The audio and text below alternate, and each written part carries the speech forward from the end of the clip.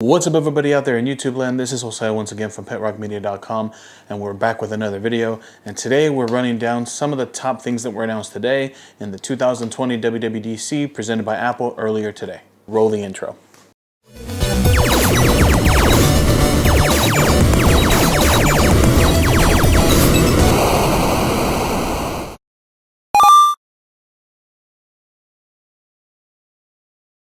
Welcome back to the channel, everybody. If you are new here, do me a favor, hit that subscribe button and punch that bell icon so you're notified each and every time we post videos or go live on this channel. So earlier today, Apple hosted their annual WWDC Worldwide Developers Conference 2020. However, this year was a little bit different as, of course, right now during the pandemic, nobody was allowed to be there but the speaker and the crew that was filming. And there were some pretty interesting announcements that were provided today. So we're gonna run through a couple of those real quick. So of course, since it is WWDC, it started off with iOS 14. So other than the widgets, there was also something that they called App Library. And it lists your commonly used apps within a library sort, kind of like in a folder. However, it's going to automatically group them based off of what they are when you download them.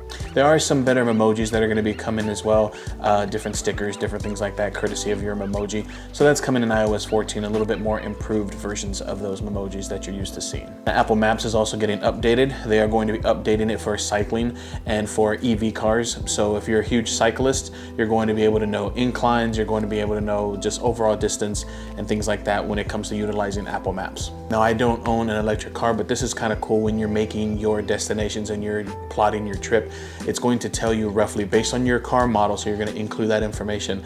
It's going to tell you roughly how long it's going to take you to get there, mileage like we're used to, but it's also going to tell you based on your car, this is how many miles you'll be able to get, or if you need to refuel or recharge, so to speak.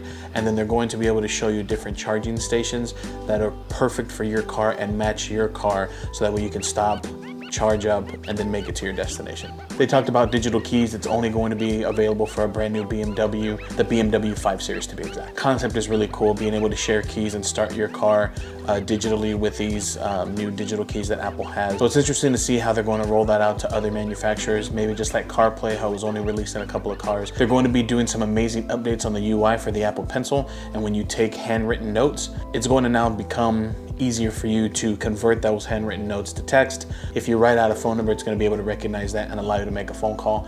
So cool little updates like that are going to be coming courtesy of the Apple Pencil and the new iOS 14 update. It's supposed to be easier to write with, easier to recognize your handwriting and so forth. Apple AirPods Pro are going to be receiving an update as well, courtesy of some pretty amazing software engineering, and that's given us the ability to have spatial audio on your Apple AirPods. So this is going to provide you with a more immersive sound experience when you're watching videos, movies, and potentially listening to music. It's going to give you a deeper, richer experience while utilizing your AirPods Pro. Apple TV is getting a new update for your ability to have different user profiles when utilizing Apple Arcade. So if you've been a big user of Apple Arcade, but you have other individuals in your household that like to use the arcade as well, now they're going to be able to have different profiles, so each one of you can track your points and your progression through each game.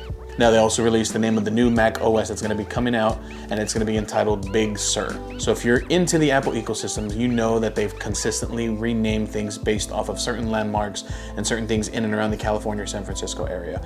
And now we're looking at Big Sur as the name for the brand new macOS that's slated to come out this year as well. Now probably one of the biggest announcements, and we've been hearing some rumblings, but still a pretty major announcement, is the fact that Apple is now going to be switching to their own Apple Silicon-based processors. Now this is nothing new if you use an iPad or an iPhone, because those have been utilizing their own A chips here for I don't know how many years and how many renditions of the iPhone and iPad. But now that's going to transition over to the Mac lineup. Now Tim Cook did say that this is going to happen later this year, and the entire transition is going to take about 2 years. So that is something to keep an eye out, because they did mention a few apps that they're working with, notably Adobe, obviously Final Cut Pro and things like that. But this is going to be something that you want to keep an eye out, because if you are interested in updating your MacBooks, if they're going to start having those new processors when you do decide to upgrade, that's going to be something that you're going to have to pay attention to depending on the software that you use, if those developers are updating it for the new Apple Silicon that's going to be shipping in the latest MacBooks. I'm assuming it's going to be in all the new coming Macs, Mac Pros, MacBooks, MacBook Airs, iMacs, things like that. They're going to have this new Apple Silicon, and it's something that you need to keep an eye out based on the software that you use. You need to make sure that your developer for those apps are going to be updated to be able to utilize the new architecture of the new silicon that Apple's going to ship with. So those are the big updates courtesy of WWDC today. Let me know what you think in the comments down below. Did you watch WWDC? Do you have any questions related to the WWDC? I know I was looking forward to having some new hardware released. We didn't get anything. Tim Cook did mention that there are some new Apple products, some new Macs coming down the road, which I'm almost certain they're going to release probably when they do the iPhone announcement, which is usually October, September-ish. Who knows with the pandemic how that's going to happen, if they're going to release anything early, or we have to stick with the usual September, October-ish release and announcement for brand new iPhones, iMacs, and so forth. The iMac Pro is in desperate need of a refresh. I believe it hasn't been refreshed since 2017. So that is something that we desperately, desperately need. And the iMac itself is in dire need of a complete redesign. So if you're new to the channel, don't forget to hit that subscribe button, punch that bell icon, keep it posted here for your latest Apple news. And this is Jose Ortiz once again from PetRockMedia.com, signing out, guys. Peace.